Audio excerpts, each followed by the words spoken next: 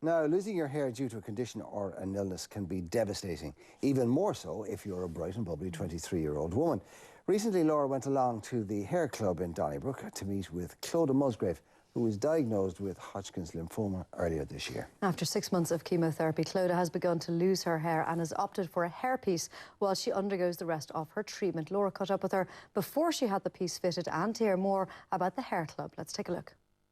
Losing your hair through sickness or for any other reason can be an extremely emotional experience. But the Hair Club here in Donnybrook in Dublin have created an intimate and upbeat environment for those people looking for new wigs or hairpieces.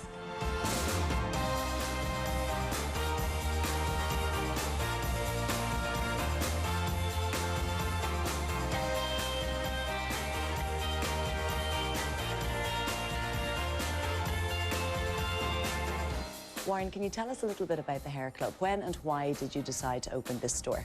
We opened up the Hair Club in Donnybrook 2 years ago, and the aim of it really was to have a designated place where people can come in and just feel comfortable in a private setting, you know, and give a great selection of wigs.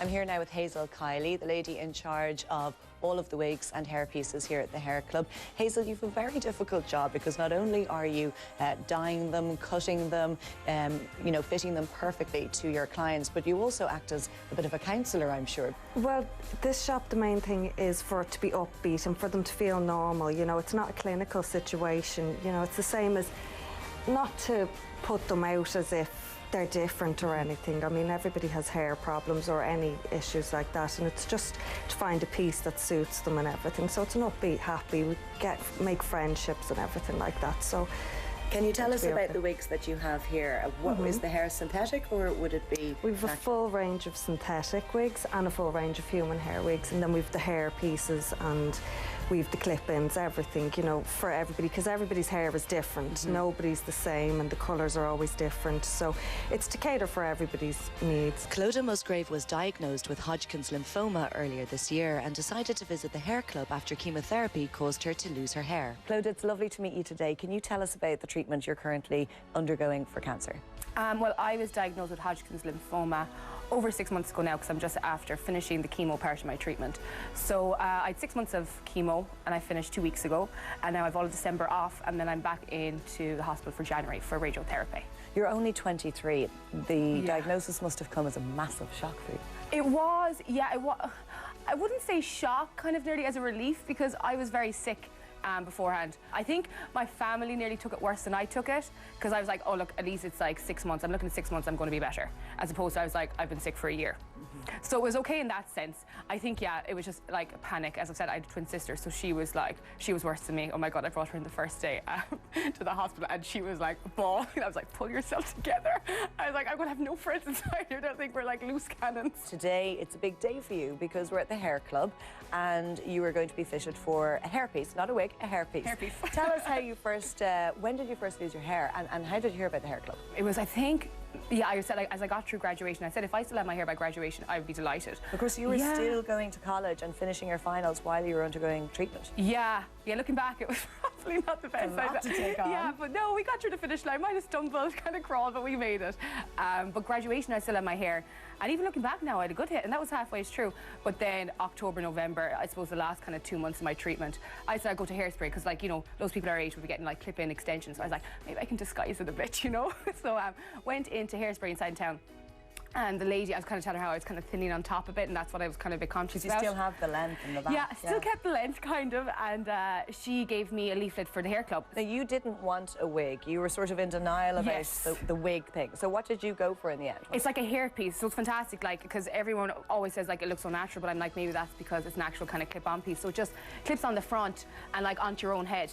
And then it's just like your own hair you'll have underneath it, and it looks so good. And like, you know, the fact that it's not an actual wig kind of makes you feel better. When you take it off, you still have hair underneath, which is nice. So will we go and get your beautiful hairpiece? Yes, I'm a bit bald.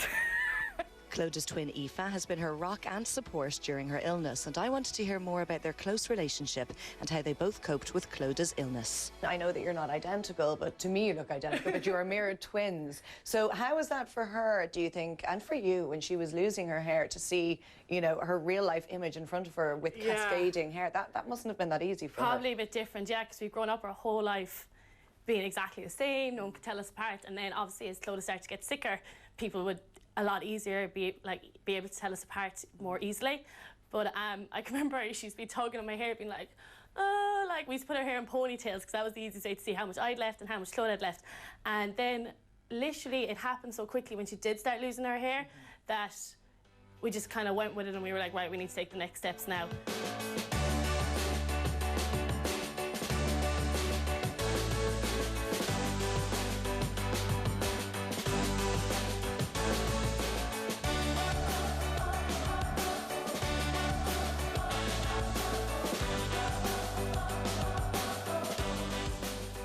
Clodagh, what a difference this makes. I know, it's fab, isn't it?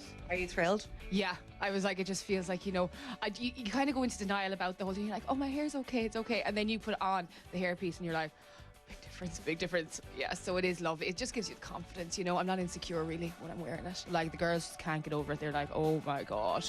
People have hair envy now. Yeah, I was saying my friend, she's really fine hair, and she's like, when you're done with it, can I dye blonde and take it? Like, she's like, can I have it, please? That's so funny. Let's bring in your twin. Come over here, Aoife. What do you think? Fabulous. Gorgeous. It's literally the exact same as her hair 6 months ago. 6 months ago, probably even better.